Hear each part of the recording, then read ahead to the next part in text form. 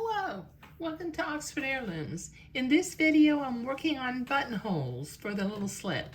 Now, I have made a command decision, and instead of doing 2 buttonholes, because these buttons are so small, they're 1/4-inch buttons, and I just thought that that's going to be sort of a pain to get it buttoned onto the baby if there's 2 buttons at the shoulder rather than just 1. Okay, the other thing that I did, in the Raglan dress part of the video, the pattern told me to put some tissue paper as stabilizer underneath my buttonhole. And it worked out real well, and I mentioned that that might be a new little trick. So on this, because we've got part of the buttonhole is on a double layer of fabric and part of the buttonhole is on a triple layer of fabric, I decided to put the tissue paper behind the buttonhole, and as you can see, that worked out really, really nicely. I don't have any puckers. It just turned out real nice. Okay, so I'm gonna put my, I've got my template. Let me click it to the top of the template. Okay, I'm gonna put my little piece of tissue paper up underneath here. I don't need the full piece of paper. I just need a little bit just for this little shoulder facing. And then I'm going to carefully feed the facing of the shoulder up underneath the presser foot. See if I can get it to go up under here. And keep the tissue paper up under there. Okay, now what I'm gonna do, because I want to get this straightened up, the first thing I'm gonna do is I'm gonna line up on my little blue dot, and I'm gonna drop my needle into that blue dot.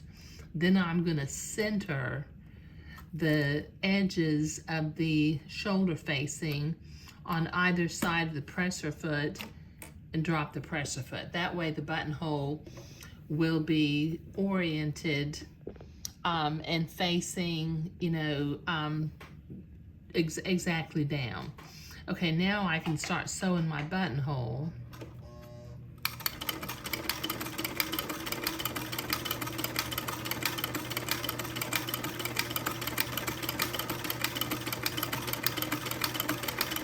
And this tissue paper is really working well. Like I said, this might be a new trick for me. I've been making buttonholes with this buttonholer for years. And this is the first time I've ever had a pattern that said, oh, put tissue paper underneath your buttonholes. So, like I said, it may be a new trick for me. Okay, let me clip my threads and tear the tissue paper off.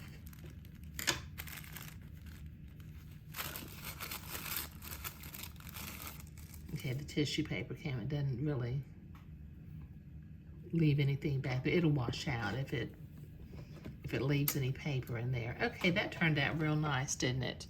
Okay, so like I said, I use this vintage Singer buttonholer because when I'm using these tiny little 1/4-inch buttons in particular, my newer machine has a buttonhole foot attachment that you have to put the button into the foot attachment, but these tiny little buttons, you know, it's got a little spring holder, and the buttons fall out, and I don't end up with perfectly shaped, perfectly sized little buttonholes over and over again. And that's the nice thing about this vintage Singer sewing machine with its vintage buttonholer attachment, is that it does do that. But making the buttonholes was what we're doing today. Thank you. Oh, before I finish this video, what I'm going to do is I'm not going to make another video on the little slip because I'll be finished with the slip now.